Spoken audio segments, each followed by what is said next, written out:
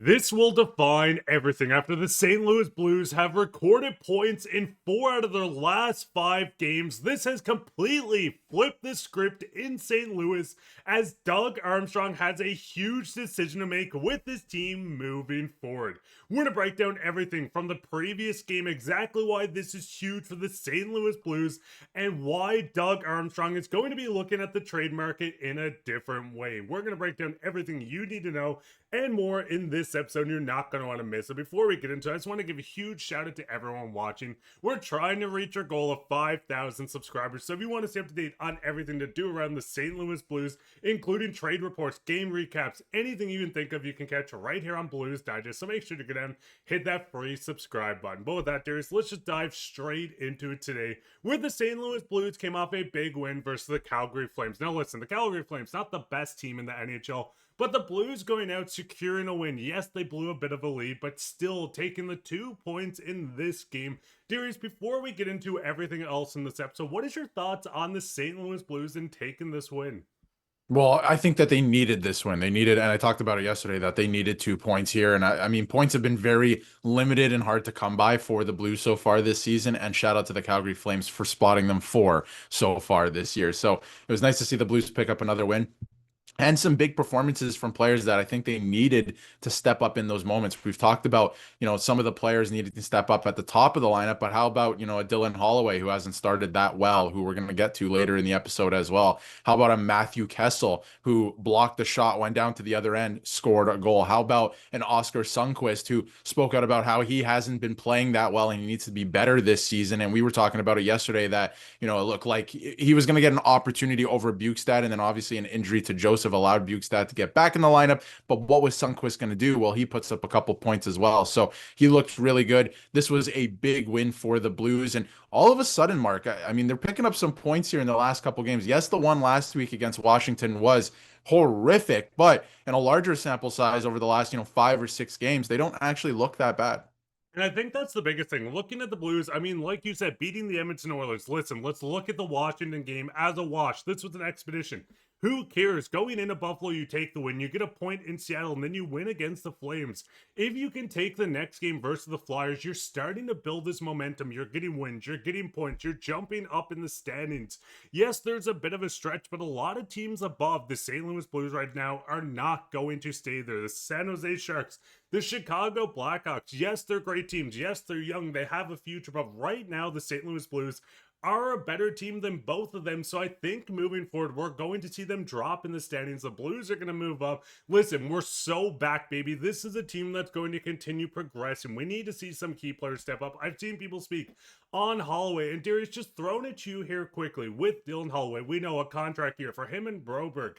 Do you think if he continues to kind of struggle that his AAV on his contract continues to dip? Or do you think this is the point where Doug Armstrong might say, hey, we know what you can do. When the team starts going, we're still going to pay you?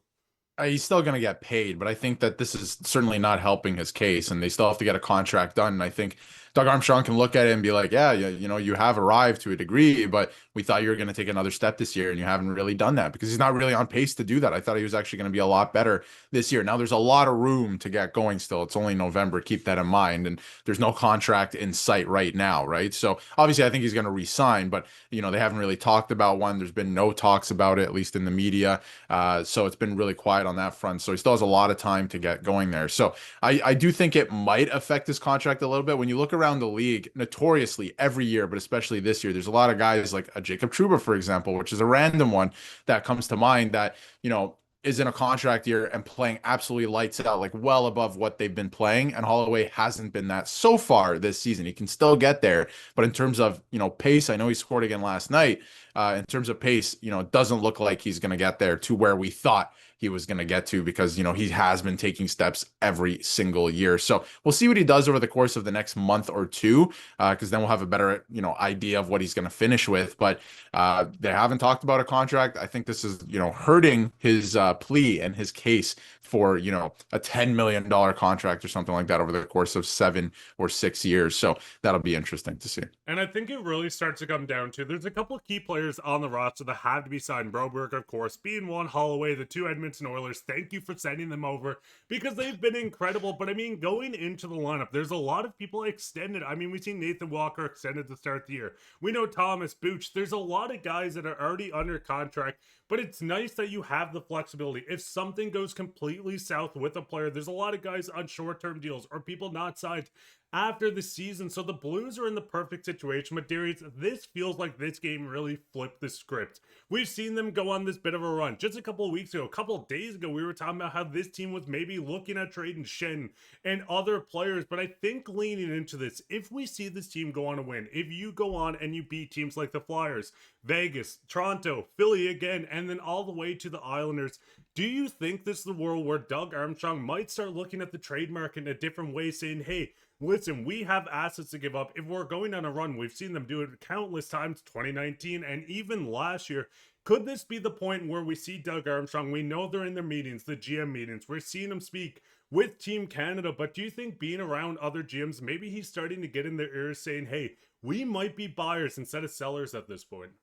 Yeah, I think it's very possible. We talked about it briefly in our video yesterday that, I think this is a very crucial stretch for the St. Louis Blues heading into Thanksgiving, because depending on what they do over the course of the next couple of games, when you're heading into December, you have a really good idea of who's going to make the playoffs versus not. Things can always change, but you'll have a really good idea. So depending on these next couple of games, say next couple of games, maybe like the next 6 or 7 or 8 games on the schedule, I think the Blues have a really good opportunity to put themselves in a different category, to be like, okay, yeah, we look like we're going to be making the playoffs. Maybe we go out and get somebody rather than sell Shen and everything we've been hearing the last couple of days. Sell Shen, sell Kyrou, all these other guys. Justin Falk, we're going to have a video on that as well. There's so many rumors flying around. So this could dictate the season, which is a little crazy to say. A game against the Islanders is going to dictate the season, but it can dictate which way Doug Armstrong wants to go here, because he can really go at this point either way. You can call up the young guys and start selling off some of the older guys if you want to, if this looks like it's going to continue to go south, which, not so much over the last couple of games. But if it is going that way, you can do that, or you can go the opposite way, keep everybody. You guys start to, get on a roll there.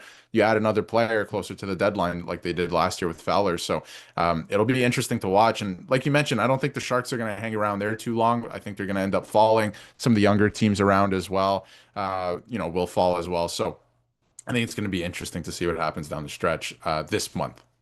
And I think it's going to get really concerning, or not concerning, confusing with this team story. But fans, what is your thoughts on this? Also, I just wanted to bring up that Jordan Binnington right now has the most games played in franchise history by a goaltender. What is your thoughts on this Blues team? Are they going to be buyers? Do you think they need a new youth movement to bring up more players from Springfield and even go out to acquire a couple more? Let us know down in the comments. And speaking on comments, let's go straight into comment today. Speaking on Joseph. Joseph has played well. He played with urgency and is responsible defensively, and I do like having Joseph into this lineup. A fast forward that can chip in offensively here and there. Still quite young, but what is your thoughts on this team, fans? What do you think they do? Should they go to buy? Should they go to sell? Stand pat until Christmas. Let us know all your thoughts down below. While you're down there, leave like, subscribe, share this with your friends. We'll be back in another episode, so keep your eye for that. But I've been your host, Mark, with my co-host, Darius, and take care, Blues fans.